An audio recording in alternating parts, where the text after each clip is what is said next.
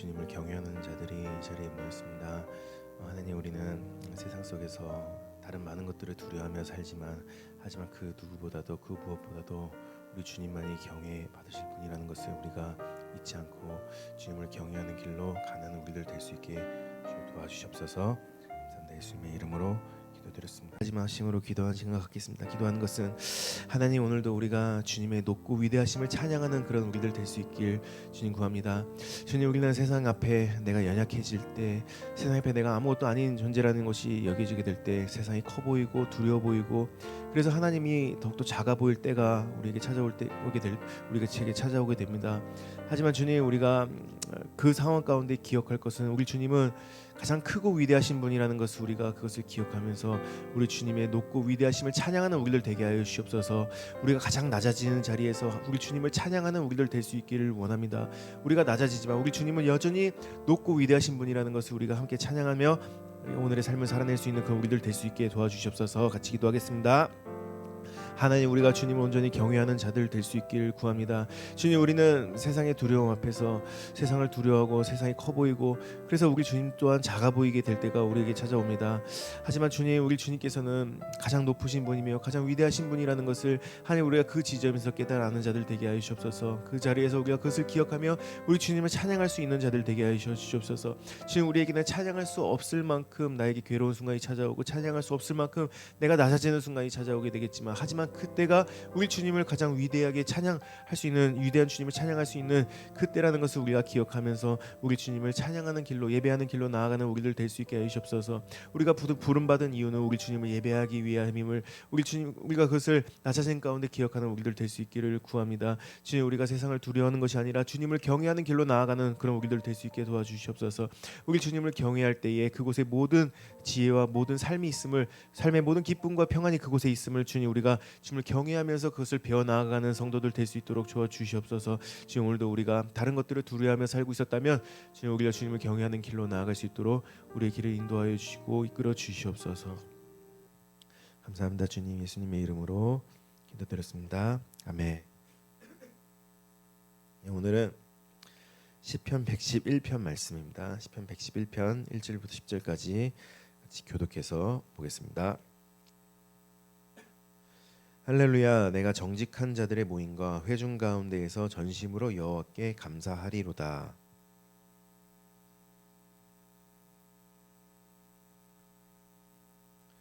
그의 행하시는 일이 존귀하고 어미하며 그의 의가 영원히 서 있도다.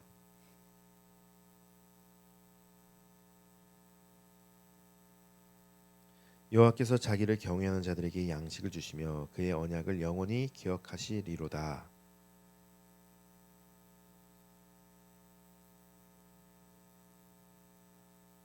그의 손이 하는 일은 진실과 정의이며 그의 법도는 다 확실하니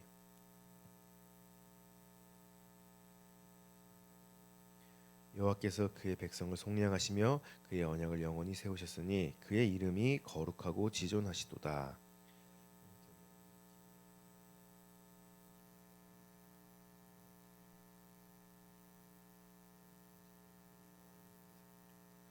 아멘. 오늘은 시편 111편 말씀을 보는데요. 오늘 보게 되는 시편 111편과 그리고 내일까지 보게 되는 시편 112편은 이 히브리어 알파벳 순서대로 쭉 나열이 된 답간체로 알려져 있습니다. 이 답간체라 하면 뭐 쉬운 예로 우리나라 같은 경우에는 뭐 그렇게 볼 수가 있겠죠. 기역, 니은, 디귿 이런 순서로 말씀이 이어지게 되는 겁니다. 뭐 영어로 보면은 알파벳 순서 A, B, C, D 그런 알파벳 순서대로 쭉 말씀이 이어지게 되는 걸 의미하는데요. 이것처럼 이 히브리어 알파벳 순서로 이 시편이 쓰여지고 있다라는 것을 우리가 뭐 알 수가 있는데요. 그렇다면 이들은 왜 이 유대인들은 이런 답관체로 이런 시편을 쓰게 되는 걸까요? 우리나라 같은 경우에는 이런 형식으로 어떤 시를 쓰게 되는 이유가 있다면 대부분 멋있어 보이려고 그렇게 합니다. 뭐 라임을 살린다는 그런 말을 하는 것처럼 멋있어 보이려고 그렇게 하는 경우가 많이 있는데요. 그런데 그렇다면 이 히브리인들도, 유대인들도 멋있어 보이려고 이렇게 시를 쓴 걸까요? 그렇게 보기에 그 예레미야 애가도 다 닭관체로 쓰여져 있습니다. 예레미야 애가는 멋있어 보이려고 쓴 책이 아니죠. 예뻐 보이려고 쓴 책이 아니죠. 이 예레미야 애가야말로 가장 큰 슬픔 가운데, 고통 가운데, 괴로움 가운데 하나님께서 마치 우리를 지금 대적으로 삼으신 것 같은 그런 괴로움 가운데 쓴 글입니다. 그런 글을 멋있어 보이려고 그렇게 닭관체로 쓰지는 않았을 거잖아요. 이 시편의 경우에도 마찬가지죠. 그들은 하나님을 지금 찬양하고 있는데 이 닭관체로서 이렇게 찬양하고 있는 모습들을 볼 때, 그럼 그들은 왜 이런 모습으로 하나님을 찬양하고 있는가? 왜 이런 모습으로 시를 쓰고 있는가? 단순히 그들이 멋있어 보이려고 그렇게 한 것인가? 그게 아니라 이 뒤에 해설에도 나온 것처럼 암송을 위해서 그렇게 한다라고 일반적으로 알려져 있습니다. 이 유대인들은 암기를 굉장히 잘한다고 알려져 있죠. 그런데 그 유대인들의 암기법이 있는데 그게 뭐냐면 앞글자만 따서 외운다고 해요. 앞글자만 따서 그것들을 외워서 그 앞글자로 나머지 것들을 기억해내는. 그렇기 때문에 이 알파벳 순서대로 이 글을 쭉 썼다면 그만큼 외우기가 쉽겠죠. 그래서 암기 목적으로, 암송 목적으로 주로 이렇게 쓰게 닭관체 형식을 사용을 하게 된다는 겁니다. 그렇다면 그들이 이렇게 암기를 하는 이유, 암송을 하는 이유, 그는 뭐 우리가 뭐 주기도문 외우듯이 그냥 뭐 주문을 외우려고, 주문 외우듯이 그렇게 하려고 그렇게 하는 게 아니죠. 그만큼 중요하기 때문에 그런 겁니다. 우리가 시험 문제를 시험 공부를 하다가 어떤 뭐 중요해 보이는 부분들을 문장을 통째로 외우는 것처럼, 그것은 그 이유는 내가 단순히 그것을 외우고 뭐 그냥 암기하기 위해서 단순한 암기를 위해서가 아니라 시험장에 가서 그것을 써먹기 위해서 그렇게 하는 거죠. 그 문제가 나왔을 때 내가 그 문제를 풀기 위해서. 마찬가지로 하나님의 이 말씀을 나에게 새겨놓고 있다가 이것이 삶에서 이런 문제들이 찾아오게 됐을 때 그 말씀을 꺼내놓고 그 말씀을 쓰기 위해서, 이 말씀이 실제로 내 삶에서 발현되기 위해서, 그렇기 위해서 그들은 이 암송을 하고 있다라는 것을 우리가 생각을 해볼 수가 있는데요. 그만큼 중요한 말씀이기 때문에 그러는 거죠. 그들이 절대로 잊어버리지 않고 그 어린 아이들까지도 모두가 기억해야 될 그런 중요한 말씀이고 중요한 내용이기 때문에 그들은 이렇게 우리가 이걸 꼭 이렇게라도 해서 외우자라는 의미로 닭관체로 이 시를 쓰게 된 걸 겁니다. 그래서 처음 1절은 어떻게 시작하는가 보면 할렐루야 내가 정직한 자들의 모임과 회중 가운데서 전심으로 여호와께 감사하리로다. 자, 여기서 정직한 자들의 모임이라고 한다면 뭐 단순히 그냥 거짓말을 안 하는 사람들, 그냥 솔직한 사람들, 자, 그런 사람들을 말하는 게 아니죠. 자, 하나님 앞에 부름받은 사람들, 하나님 앞에 의인으로 세워진 사람들, 하나님을 나의 주님으로 고백하면서 함께 예배하는 자들, 자, 그들을 보면서 정직한 자들이다 이렇게 볼 수가 있다는 걸 생각해 볼 수가 있는데요. 저는 이 1절의 말씀을 보면서 이번 주일 말씀이 많이 생각이 났습니다. 우리가 이 성찬을 하기 위해서 성찬을 할 때 우리가 느끼게 되는 감정이 뭘까요? 뭐 지금의 우리들은 잘 모릅니다. 그걸 우리가 말씀을 들어야만이 이것이 정말 우리가 공동체가 하나 된 것에 감사하고 뭐 이렇게 알 수가 있겠지만 그런데 과거에 우리가 이 초대교회 성도들을 생각을 해본다면 그들이 함께 모여서 떡을 떼는다는 것에는 어떤 의미가 있었을까, 어떤 느낌이 있었을까, 어떤 감정들이 있었을까, 우리가 그걸 한번 생각을 해볼 때 참 감사한 그런 마음들밖에 없었을 것 같아요.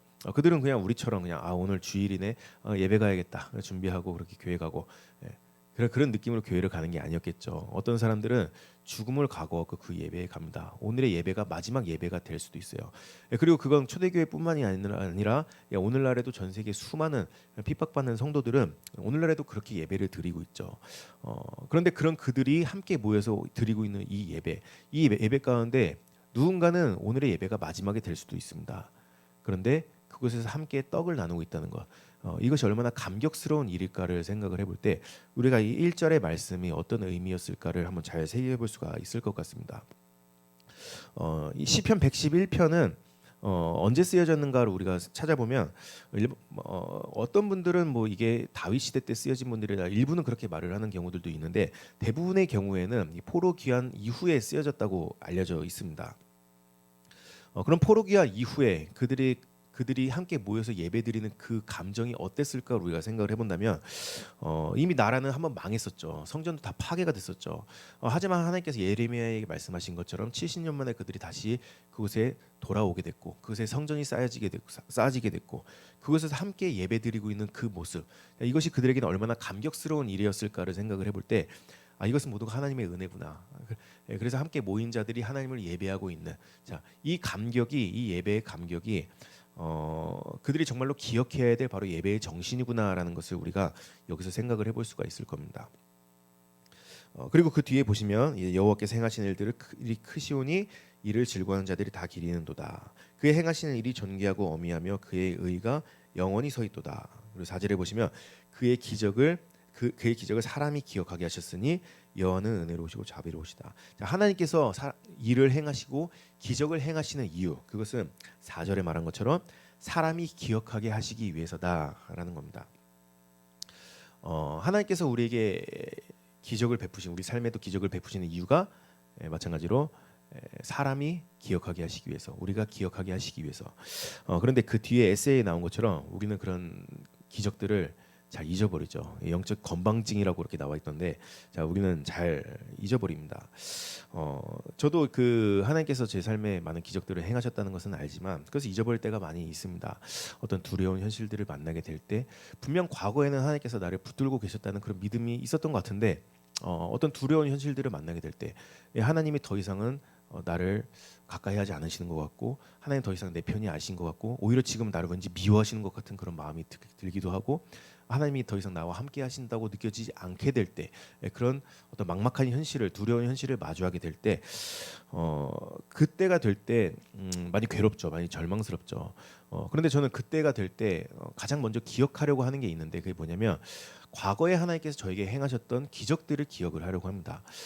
그런데 그렇게 기억을 하려고 하는 이유가 단지 제가 하나님께서 그때처럼 똑같이 기적을 일으켜 주시길, 그래서 그런 것을 기억하는 것이 아니라 그때를 기억을 하게 될 때 그때 하나님께서 분명히 나를 붙들고 계셨구나, 그때 하나님께서 분명히 나를 붙잡고 인도하고 계셨구나, 그것을 기억해내기 위해서 그런 겁니다. 그런데 더 중요한 것은 여기서 우리가 갖게 되는 한 가지 믿음은 하나님은 그때 당시에만 나를 붙잡고 계시는 분이 아니죠. 그분은 신실하신 분이기 때문에 그때 나를 붙잡고 인도하고 계시다면 지금부터 동일하게 나를 붙잡고 계시고 동일하게 나를 인도하고 계시는 분이라는 겁니다. 그렇기 때문에 지금의 상황 속에서 하나님은 보이지 않고 하나님은 느껴지지 않고 오히려 하나님이 나를 멀리하시는 것 같고 하나님은 나를 버리신 것 같은 그런 느낌이 들 때가, 그런 기분이, 그런 감정이 찾아올 때도 우리에게 분명히 있겠지만, 하지만 하나님의 신실하심을 믿는다면 이런 상황 가운데서도 여전히 하나님께서는 나를 붙들고 계시고 나의 길을 인도하고 계시는구나, 우리가 그것을 깨달아 알 수가 있게 될 겁니다. 그렇기 때문에 하나님의 기적, 하나님께서 내 삶에 행하셨던 그 기적들을 기억하게 하시기 위해서 이런 기적들을 일으키신다라는 것을 우리가 다시 한번 생각을 해볼 수가 있으면 좋겠습니다. 그리고 우리가 그것을 기억하게 될 때 우리가 가게 되는 방향은 이제부터 하나님을 경외하는 길로 가게 되는 거죠. 이 하나님을 경외한다는 말은 우리가 말은 쉽습니다. 말은 당연히 하나님을 두려워하고 가장 크신 분이고 가장 위대하신 분이고, 그런데 실제 삶에서는 우리가 그걸 놓치고 살 때가 많이 있어요. 오히려 세상 것들 앞에서 하나님을 작게 볼 때가 많이 있습니다. 세상의 두려움 앞에서 하나님보다도 저것을 더 두려워하고 저것을 더 무서워하고 저것이 나를 덮칠 때 내가 어떻게 해야 될지도 모르겠고, 그런 경우들이 사실은 많이 있습니다. 우리는 하나님보다 세상을 더 경외하는 경우들이 사실은 많이 있다는 거예요. 하지만 하나님의 기적들을 기억을 하게 될 때 하나님께서는, 그 놀라우신 하나님께서는 이런 두려운 현실 속에서도 나를 이끌고 계시는구나, 나를 붙들고 계시는구나. 그렇기 때문에 하나님을 경외하는 길로 갈 수가 있는 겁니다. 그래서 세상의 두려움 가운데 그 세상의 두려움에 따라서 휩쓸려서 떠내려가는 것이 아니라 하나님을 경외하는 길로 가게 될 때, 세상에서 볼 때에는 역행하는 것처럼 보일 수가 있겠죠. 아니 지금 상황에서 쟤 저렇게 하면 안 되는데 왜 저렇게 저 길로 가고 있지? 빨리 지금 돈이 없으면 돈 버는 길로 가야 되는데 왜 저렇게 지금 하나님을 예배하는 길로 가고 있지? 하지만 하나님께서는 그런 자들에게, 하나님께 경외하는 자들에게 양식을 주시는 분이라는 것을, 5절에 나온 것처럼 양식을 주시는 분이라는 것을 우리가 잘 알기 때문에, 그래서 우리는 하나님을 경외하는 길로 갈 수가 있는 겁니다. 그리고 그런 하나님을 경외하는 자들과의 언약을 영원히 기억하시리로다. 그리고 6절에 보시면 그가 그들에게 문 나라의 기업을 주사 그가 행하시는 일의 능력을 그들에게 알리셨도다. 이 말씀은 이 과거형으로 쓰고 있죠. 과거에 하나님께서 문 나라의 기업을 주셨다라는 것을 말을 하고 있죠. 가나안 땅을 이스라엘 백성들에게 주실 때 하나님께서는 어떤 사람들에게 이 가나안 땅을 주셨는가?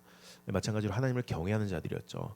여호수아와 갈렙에게 하나님께서는 그 땅을 주셨습니다.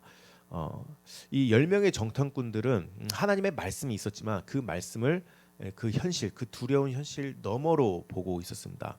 그래서 말씀은 있었지만 지금 눈앞에 보이는 저 현실이 너무 거대하지 않냐? 저들에 비하면 우리가 메뚜기같이 보이지 않냐? 우리는 저기를 넘을 수가 없다. 저 말씀으로 갈 수가 없다. 이것이 그들의 결론이었습니다. 그래서 그들은 모두가 하나님의 그 약속을 볼 수가 없었죠. 하지만 여호수아와 갈렙은 그 두려운 현실이 동일하게 있었지만 그 현실 앞에 하나님의 말씀을 보고 그 말씀이라는 안경을 쓰고서 현실을 바라보게 됐었습니다. 그렇기 때문에 우리는 하나님의 말씀으로 이것을 넘을 수가 있다. 그래서 하나님께서는 그들에게 그 나라를, 그 기업을 주셨죠. 그리고 그 일의 능력을 그들에게 알리셨습니다. 그리고 그 하나님을 그렇게 경외하는 자들에게 하나님께서 알게 하시는 것은 그의 손이 하는 일은 진실과 정의이며 그의 법도는 다 확실하다. 영원토록 정하신 바고 또 진실과 정의로 행하시는 바로다. 여호와께서 그의 백성을 속량하시며 그의 언약을 영원히 세우셨고 그의 이름이 거룩하고 지존하시도다. 그리고 10절에 정리해서 말씀드리면 여호와를 경외함이 지혜의 근본이라 그의 계명을 지키는 자는 다 훌륭한 지각을 가진 자이니 여호와를 찬양함이 영원히 계속되리로다. 자, 여기서 말하는 훌륭한 지각이 바로 하나님을 경외하는 것이죠. 하나님을 그냥 내가 말로만 경외하는 것이 아니라 내가 어떤 두려운 현실 앞에서 내가 하나님의 말씀을 그 현실 너머로 보는 자들이 아니라 두려운 현실은 동일하게 나에게 찾아오지만 하지만 하나님께서 나에게 주신 말씀들 그 말씀들을 그 현실 앞에 보고 그 말씀을 통해서 이 세상을 그 두려운 현실들을 바라보게 될 때 그들이 바로 훌륭한 지각을 가진 자들, 하나님을 경외하는 자들이다라는 것을 우리가 여기서 볼 수가 있게 될 겁니다. 그리고 그런 자들이 바로 하나님을 찬양할 수 있는 자들이라는 거죠. 그래서 오늘의 우리들을 한번 잘 생각을 해볼 수 있으면 좋겠습니다. 잘 한번 묵상을 해보면 좋을 것은 오늘날 우리에게도 사실 많은 두려운 일들이 찾아오게 됩니다. 우리는 교회에서 예배를 드릴 때는 나는 하나님을 가장 경외한다 이렇게 고백을 합니다. 찬양을 드릴 때도 하나님을 경외한다고 우리는 고백을 합니다. 그런데 실제 나의 삶에서는 내가 다른 것들을 두려워하고 있고 내 사람들이나 직장 사람들이나 아니면은 회사라든지 아니면 돈이라든지 아니면 가정이라든지 내가 하나님이 아닌 다른 것들을 더 두려워하고 있는 그런 모습들로 내가 빠져들게 될 때가 찾아올 수도 있습니다. 어떤 두려운 현실 앞에서 우리는 그렇게 될 수가 있겠죠. 하지만 우리는 그렇게 두려운 현실 속에서 휩싸여가는 것이 아니라 그때마다 하나님께서 나에게 행하셨던 일들을 내 삶에 행하셨던 일들을 그 놀라운 일들을 다시 한번 기억을 하면서 그 가운데 하나님께서 나를 여전히 붙들고 계시구나. 자, 이것을 그 신실하신 주님을 다시 한번 기억을 해낼 때 우리는 하나님을 경외하는 길로 갈 수가 있겠구나. 이것을 다시 한번 묵상을 해볼 수 있는 그런 날이 될 수 있으면 좋겠습니다. 한 5분 정도 묵상하신 뒤에 같이 기도하는 시간 갖도록 하겠습니다. 기도하고 개인 기도하는 시간을 갖겠습니다. 기도하는 것은 하나님께서는 우리를 이미 오래전부터 쭉 보살펴오고 계셨지만 우리는 그 하나님의 보살피는 손길을 잊어버릴 때가 많이 있습니다. 세상의 두려움 앞에서 하나님이 작게 느껴지고 그래서 하나님께서 지금 나를 보살피시는 게 맞는 걸까 이런 생각이 우리에게 문득 찾아올 때가 있습니다. 우리는 그때가 너무 두렵고 괴롭고 낙심이 되고 절망스러운 그런 순간임을 우리 주님 앞에 고백합니다. 하지만 우리 주님께서는 여전히 이전에 나를 돌보셨던 것처럼 지금도 신실하게 나를 돌보고 계시다는 그것을 기억해내는 우리들 될 수 있게 하시옵소서. 그것을 기억할 때 우리가 우리 주님을 경외하는 길로 나아갈 수 있음을 우리가 그것을 다시 한번 잊지 않고 우리 주님을 경외하는 길로 나아가는 우리들 될 수 있게 도와주시옵소서. 주님, 우리가 세상의 두려움 앞에서 세상의 거대함 앞에서 우리 주님 앞에 작아지는 자들이 아닌 우리 주님을 함께 높이며 오히려 주님을 찬양하고 주님을 예배하는 그런 우리들이 될 수 있기를 원합니다.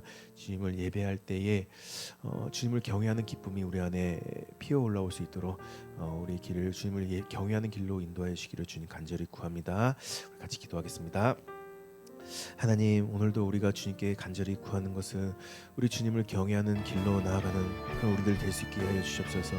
하나님, 우리는 세상의 여러 일들 가운데 주님을 잊어버릴 때가 많이 있습니다. 주님께서 지금까지 나를 보살펴 오셨지만 그 주님의 놀라우신 손길로 나를 인도하여 오셨지만 우리가 그것을 다 잊어버리고 주님 왜 나와 함께하지 않으시는 걸까? 주님 왜 나를 보살피지 않으시는 걸까? 지금 분명히 주님께서 나를 이렇게 도와주셔야 되는데 왜 주님께서는 아무것도 안 하고 계시는 걸까? 주님이 나를 버린 것은 아닌 걸까? 우리가 그렇게 우리 주님을 향한 오해를 하게 될 때가 우리에게 찾아옵니다. 그리고 우리는 그때가 너무 괴롭고 힘들고 버겁습니다. 하지만 우리 주님께서는 그 언제 그 한순간도 나를 버리신 적 없고 이전에 나를 돌봐주셨던 것처럼 지금도 동일한 손길로 나를 돌보고 계시다는 것을, 그 신실하신 분이라는 것을 우리가 다시 한번 기억해낼 때에 그때 우리는 주님을 예배할 수 있음을, 우리 주님을 경외할 수 있음을, 주님 우리 그것을 기억하면서 우리가 주님을 경외하는 길로 갈 수 있도록 우리를 이끌어 주시옵소서. 지금 우리가 주님을 경외할 때 그 가운데 참된 평안과 참된 행복이 있음을 주님 우리가 그것을 기억합니다. 우리 주님을 경외하는 길로 가게 하여 주시옵소서. 세상을 두려워하는 길이 아니라 우리 주님을 경외하는 길로 가게 도와주시옵소서. 우리 주님께서 나를 지금도 보살피고 계시다는 것을, 지금 내가 넘지 못할 것 같은 그 산 앞에 있을 때에도 주님께서는 이미 그 산을 넘을 수 있는 그 길을 준비하고 계시다는 것을 하나님 그것을 우리가 기억하면서 그래서 우리가 주님께 간절히 구하며 나아가는 우리들 될 수 있게 도와주시옵소서. 주님 우리는 주님께서 인도하시는 길만이 우리가 가야 되는 길이라는 것을 믿습니다. 하지만 주님 우리는 두려움에 휩싸이게 될 때 그 길이 아닌 다른 길들을 생각하게 되고 다른 길로 갈 방법들을 모색하게 됩니다. 하지만 주님 우리 주님께서 가장 두려우신 분이라는 것을, 가장 경외 받으실 분이라는 것을 그것을 우리가 기억해낼 때에 주님 우리는 다시 그 길이 또렷이 보이는 자들이라는 것을 하나님 그것을 잊지 않고 우리 주님을 경외하는 길로 나아가는 우리가 될 수 있도록 오늘도 주님의 길로 우리를 인도하여 주시옵소서.